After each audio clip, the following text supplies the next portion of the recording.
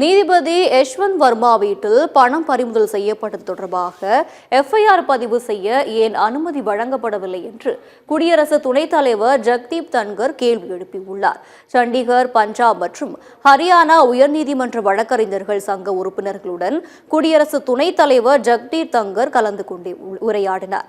அப்போது அலகாபாத் நீதிமன்றத்தில் நீதிபதியாக இருந்து வந்த யஷ்வந்த் வர்மாவுக்கு எங்கிருந்து பணம் வந்தது, இதன் பின்னணியில் யார் யாரெல்லாம் உள்ளனர், பெரும் புள்ளிகளுக்கு இதில் தொடர்பு இருக்கிறதா என்று கேள்வி எழுப்பினார்.